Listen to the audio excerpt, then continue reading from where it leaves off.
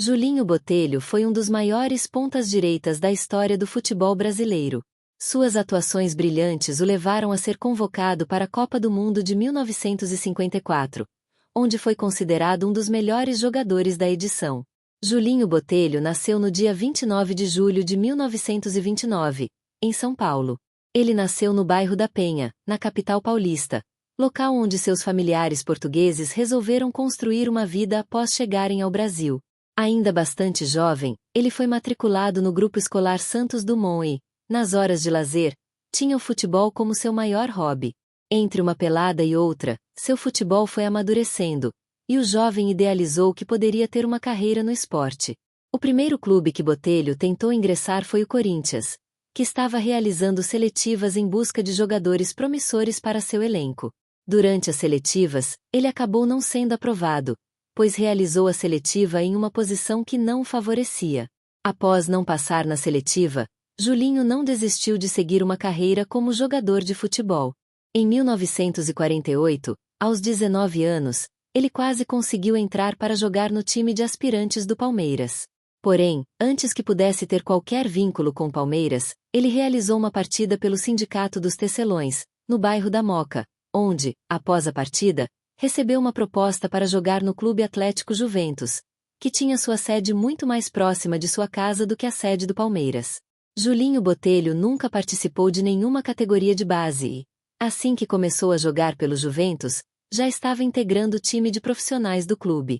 Em 1950, ele fez sua estreia como profissional e rapidamente começou a chamar a atenção como um ponta-direita habilidoso e veloz, capaz de driblar adversários com facilidade e finalizar com precisão.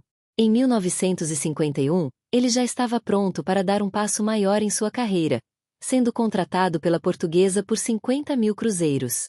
Sua estreia pelo time titular aconteceu em 18 de fevereiro de 1951, contra o Flamengo, no Maracanã.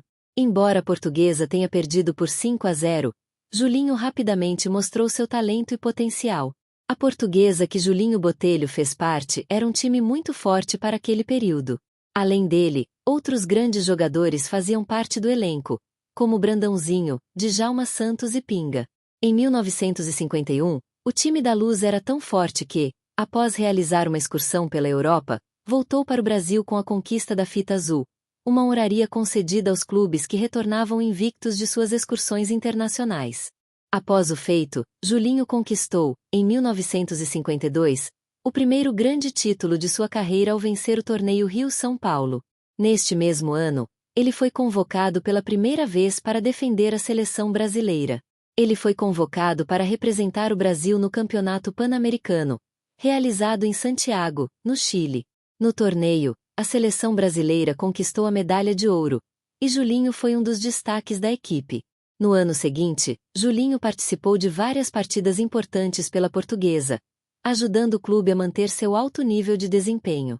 O bom desempenho fez com que ele disputasse novamente um grande torneio pela seleção brasileira. Desta vez, ele representou o Brasil no Campeonato Sul-Americano, realizado no Peru. A seleção brasileira terminou como vice-campeã do torneio, e Botelho saiu com a certeza de que havia conquistado sua convocação para a Copa do Mundo que ocorreria no próximo ano. Na Copa do Mundo de 1954, realizada na Suíça, ele foi o ponta-direita da seleção brasileira.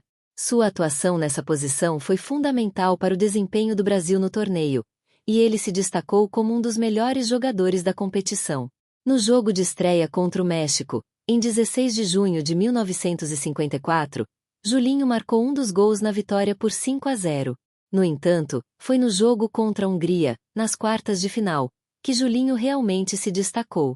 Apesar da derrota por 4-2, ele marcou um dos gols do Brasil e foi considerado o melhor jogador da partida. Sua atuação contra a poderosa seleção húngara, conhecida como a Máquina Húngara, foi um dos pontos altos de sua carreira internacional. Apesar da desclassificação do Brasil, sua performance no torneio rendeu excelentes propostas para seu futuro no esporte. No ano seguinte, ele ajudou a Portuguesa a vencer novamente o torneio Rio-São Paulo. Após o título, Julinho Botelho decidiu que era hora de sair do clube. O jogador, que já era cobiçado por times internacionais desde sua participação na Copa do Mundo, acabou sendo contratado pela Fiorentina, da Itália, por US$ 55 mil, tornando-se a contratação mais cara do clube naquele ano. Na Fiorentina, Julinho novamente não decepcionou a torcida. Na temporada de 1955 a 1956, ele ajudou o clube a conquistar o campeonato mais importante do país, a Série A. Foi a primeira vez que o time da Fiorentina conquistava o tão sonhado título nacional, e Julinho se tornou uma estrela no país. Além da conquista nacional, durante seu período no time da Toscana, o jogador conseguiu 2 vice-campeonatos da Série A e um segundo lugar na Copa dos Campeões. Mesmo com tudo transcorrendo muito bem para o jogador, as saudades de casa bateram mais alto, e, em 1958, ele deixou seu clube na Itália para voltar ao Brasil. O time escolhido para repatriar o jogador foi o Palmeiras, que, por ser um time da capital paulista, foi a escolha natural de Julinho, já que ele desejava ficar ao lado de sua família. Novamente, o jogador teve a sorte de ser contratado no momento em que uma equipe estava criando um forte elenco. Este elenco que estava sendo formado pelo Palmeiras ganharia o nome de Academia de Futebol. Agora de volta ao Brasil e jogando o mesmo futebol glorioso que sempre demonstrou, ele aceitou ser convocado novamente para a seleção brasileira. Logo no seu jogo de volta, aconteceu uma das situações mais famosas de sua carreira, que ficou conhecida como a maior vaia da história. Durante um amistoso entre a seleção brasileira e a Inglaterra, ocorrido no Maracanã no dia 13 de maio de 1959, cerca de 160 mil torcedores lotaram o estádio para assistir ao jogo. Quando o nome de Julinho foi anunciado pelos alto-falantes do estádio, a torcida reagiu com uma vaia ensurdecedora. A escolha de Julinho no lugar de Garrincha, um dos heróis do título mundial de 1958, não foi bem recebida pelos torcedores cariocas. Mesmo sendo um jogador experiente e talentoso, Julinho enfrentou a resistência do público, que queria ver Garrincha em campo. Apesar da vaia histórica, Julinho Botelho mostrou sua qualidade e determinação durante a partida. Logo aos 5 minutos de jogo, ele marcou o gol que abriu o placar para o Brasil. A partir desse momento, alguns aplausos começaram a ser ouvidos, ainda que no meio de tantas vaias. No decorrer da partida, Julinho continuou a se destacar e deu assistência para Henrique marcar o segundo gol do Brasil, selando a vitória por 2-0. Após o apito final, os 160 mil espectadores que estavam no Maracanã pediram desculpas através de uma salva de palmas barulhenta. Nos anos seguintes, Julinho Botelho continuou jogando pelo Alviverde Paulista. Durante sua passagem pelo Palmeiras, Julinho conquistou vários títulos importantes, incluindo o Campeonato Paulista de 1959, 1963 e 1966, o Torneio Rio-São Paulo de 1965 e a Taça Brasil de 1960. Julinho Botelho encerrou sua carreira como jogador profissional em 1967, atuando pelo Palmeiras. Seu último jogo oficial foi contra o Náutico, no Parque Antártica, onde se despediu dos gramados com uma atuação memorável. Após sua aposentadoria, Julinho Botelho continuou envolvido com futebol, mas de uma maneira diferente. Ele se dedicou a treinar equipes de base e a transmitir seus conhecimentos e experiências para as novas gerações de jogadores.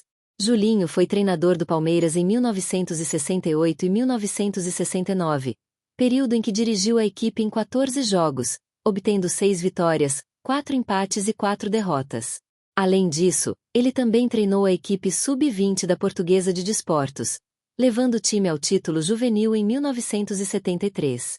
Julinho Botelho também se dedicou a administrar uma quadra de futsal, onde promovia atividades esportivas e incentivava jovens a praticar o futebol.